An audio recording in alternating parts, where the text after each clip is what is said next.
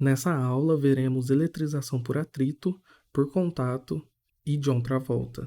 Então, bora lá? Olá, humanos, professor Marquinhos aqui. Hoje vamos começar a resolver o volume 3 da coleção Os Fundamentos da Física. Então, esse é o exercício número 1.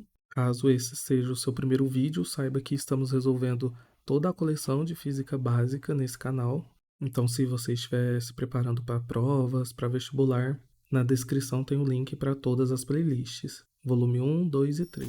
Tem-se uma barra de vidro, um pano de lã e duas bolinhas de cortiça, todos inicialmente neutros. Atrita-se a barra de vidro com um pano de lã. A seguir, faz-se a barra de vidro entrar em contato com uma das bolinhas de cortiça e o pano de lã com a outra bolinha. Aproximando-se as bolinhas, constata-se uma atração. Justifique a sua resposta. Para responder essa pergunta, precisamos entender os processos de eletrização por atrito e por contato. Então vamos para uma simulação. Vamos fazer uma simulação aqui de eletrização por atrito com dois objetos. Uma blusa de frio de lã, ou de algodão, de algum determinado material, e uma bexiga. Ambos estão eletricamente neutros, ou seja, eles possuem a mesma quantidade de elétrons e de prótons. Agora vamos pegar a bexiga e eletrizar nessa blusa de lã. Perceba que agora os dois objetos não estão mais neutros. A bexiga possui agora um excesso de cargas negativas e a blusa possui um excesso de cargas positivas. Podemos dizer então que a bexiga está negativamente carregada e a blusa está positivamente carregada. Essa é a principal característica quando a gente faz eletrização por atrito. Sempre que você atritar dois materiais diferentes, eles vão resultar em cargas elétricas também diferentes. Um sempre vai ficar com excesso de cargas positivas e o outro com excesso de cargas negativas. Você nunca vai ter um excesso de cargas iguais. Olha o que acontece se a gente soltar o balão da extremidade. Há uma atração. Essa atração ocorre, a gente não vai formalizar isso aqui, mas apenas saiba que na natureza a gente detectou que cargas iguais se repelem e cargas opostas se atraem. A gente vai discutir isso melhor durante as aulas aqui do canal. Algo muito importante da gente entender é que somente os elétrons que são trocados no momento de eletrização, seja por contato ou por atrito. Essa blusa de lã, com todos esses sinais positivos, não significa que está cheia de prótons. Apenas significa que muitos elétrons foram tirados dela. E a bexiga, a mesma coisa. Não significa que ela não possui nenhum próton ou nenhuma carga positiva, mas sim que ela tem um número excessivo de elétrons. Lembre-se disso, somente elétrons são trocados nesses processos de eletrização. E você pode me fazer a seguinte pergunta, que é muito boa por sinal. Por quê? Por que a gente não troca prótons? É porque é muito mais fácil trocar elétrons do que prótons. Os elétrons, eles estão nas camadas mais externas do átomo.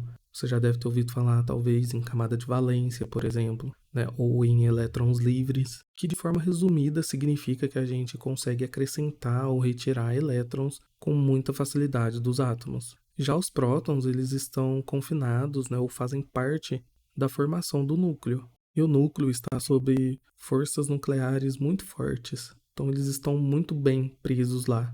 E é muito difícil você conseguir tirar um próton, desvincular ele do seu núcleo. Então, sempre que estamos fazendo uma eletrização, estamos acrescentando ou retirando elétrons, nunca núcleos. Ou melhor, nunca prótons. Prova disso, vamos mostrar agora todas as cargas nesse objeto. Perceba que a bexiga, ela possui sim alguns prótons ali. Não conseguimos ver os elétrons aqui da blusa de frio porque, primeiro, é uma simulação, é uma aproximação. Segundo, porque estamos avaliando somente essa superfície que está voltada para nós, não estamos olhando dentro da lã, atrás ou coisas do tipo. Agora vamos ver como que a nossa bexiga se comporta próximo de um outro corpo neutro, como a parede. Veja que se eu soltar a minha bexiga, ela ainda será atraída para a blusa. Mas se eu chegar muito pertinho da parede neutra, olha o que acontece. Há uma repulsão, mas também há uma atração. A minha bexiga fica coladinha ali. Sempre que você aproximar um corpo ou um objeto carregado eletricamente, seja com cargas negativas ou positivas, se você aproximar de um objeto neutro, você vai ter uma atração. Porque a tendência dos átomos é ficar estáveis no nível fundamental. Nada no universo gosta de excessos. Então essa bexiga, ela não gosta de estar com muitos elétrons ali na superfície dela. Ela quer voltar a ser assim, ó.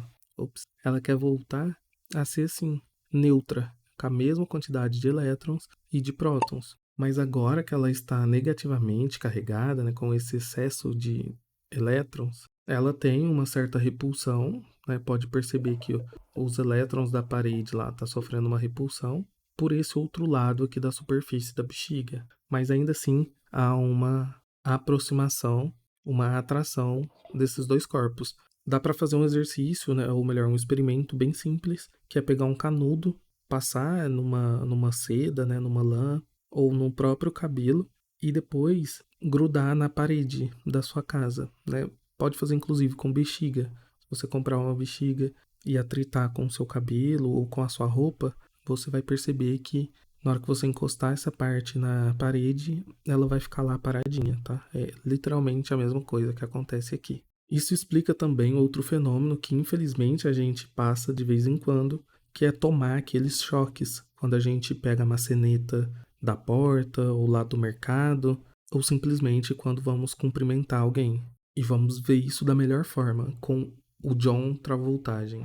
Para entender o John Travoltagem, precisamos primeiro dar aquele recado para as inimigas, esse sinal aqui. Em seguida, vamos realizar uma eletrização por atrito. A gente anda descalço, né, ou com algum sapato, que é de material diferente de um tapete, de um carpete aí que você possa ter. Quando a gente realiza esse processo de eletrização por atrito, há então o aumento de elétrons aqui na superfície do corpo do John Travoltagem. Veja que conforme você for atritando, mais e mais elétrons vai sendo enviados aí para a superfície do seu corpo.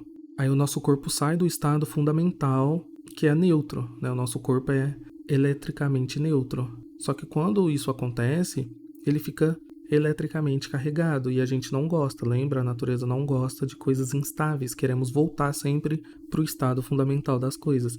E aí, se você se aproximar de um objeto neutro, como a maçaneta de uma porta, o que vai ocorrer?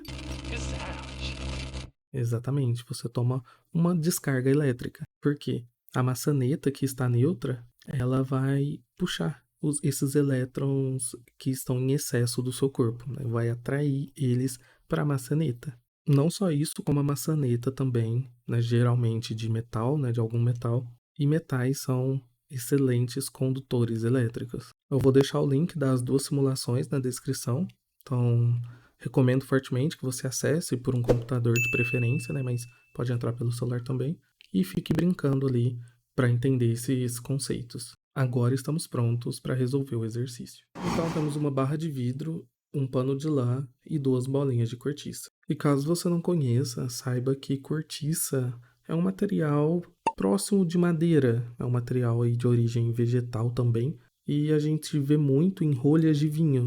Aquelas rolhas que a gente vê, né, principalmente nos vinhos mais antigos, são geralmente feitas com material cortiça.